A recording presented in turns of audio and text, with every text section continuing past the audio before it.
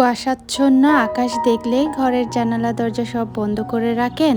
অন্তত কয়েক মিনিটের জন্য হলেও ঘরের দরজা জানালাগুলো খুলে দিন। ঘরের বাতাস যখন বের হতে পারে না এবং বাইরের বাতাস যখন ঢুকতে পারে না, তখন ঘরের ভিতরে থাকা অক্সিজেনের তাপমাত্রা কমতে থাকে। আর অবশ্যই চেষ্টা করবেন দিনের মধ্যে কয়েক মিনিটের জন্য হলেও দরজা জানালাটা খোলা রাখতে। হ্যালো এভরিওয়ান, আসসালামু আলাইকুম। সবাই কেমন আছেন? আমি জুলেখা বলছি দুবাই থেকে।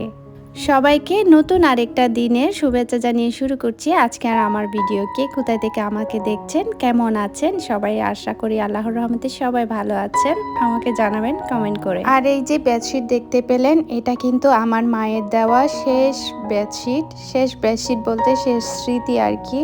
আমার মা আর পৃথিবীতে বেছে নেয়, আমার বাবাও বেছে নেয়। তো আর সবাই আমার বাবা মার জন্য একটু দোয়া করবেন, তো আল্লাহ যেন ওনাদেরকে বেস্ট নসিব করে।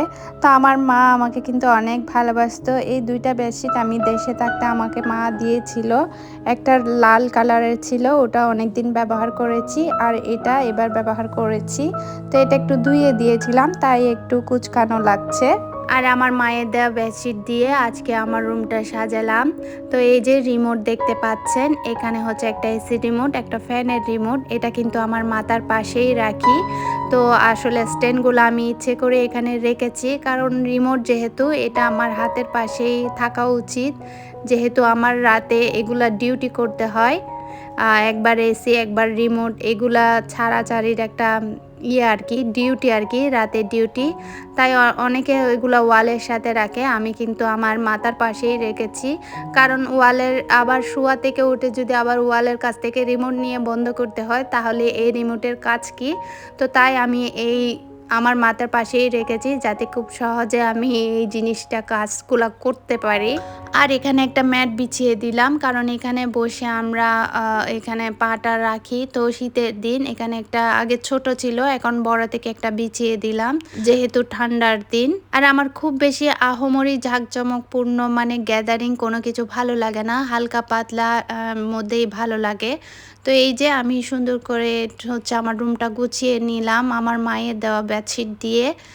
তবে অনেক কিছুই আছে, এই কাপড়ের মধ্যে এই বেডশিট দুটো ছিল, এগুলো আমার অনেক পছন্দ। তো এভাবে আমি হচ্ছে রুমটা গুছিয়ে নিলাম। তো গুছানোটা কেমন হয়েছে জানাবেন। আমার ভালোবাসার আপুদের তো অনেক অনেক ভালো লাগে, অনেক আপুরা আমার ভিডিওর জন্য অপেক্ষা করে থাকেন, আমার চ্যানেলে ঢুকে দেখেন আমি ভিডিও দিয়েছি কিনা। তো সবাইকে অনেক অনেক ধন্যবাদ এত এত ভালোবাসা দেওয়ার জন্য। আর আপনাদের কমেন্টগুলো পড়লে আসলে অনেকটাই ভালো লাগে, মনটা ভালো হয়ে যায়। তো প্লিজ একটা লাইক দিয়ে আমাকে সুন্দর একটা কমেন্ট করে যাবেন। আমার নতুন নতুন অনেক আপুরা যুক্ত হয়েছেন, তো আশা করি ইনশাআল্লাহ আপনাদের ভিডিও দেখে আসব, ভিজিট করব তো সময় করে। তো কয়েকদিন আমি অসুস্থ ছিলাম, আসলে সবার ভিডিও ওভাবে দেখা হয়নি। কয়েকদিন বলতে এখনও অসুস্থ আছি। তো দু একদিন হচ্ছে আমি অনেকের ভিডিও দেখতে পারিনি, সবাই ক্ষমা করবেন, ক্ষমা সুন্দর দৃষ্টিতে দেখবেন।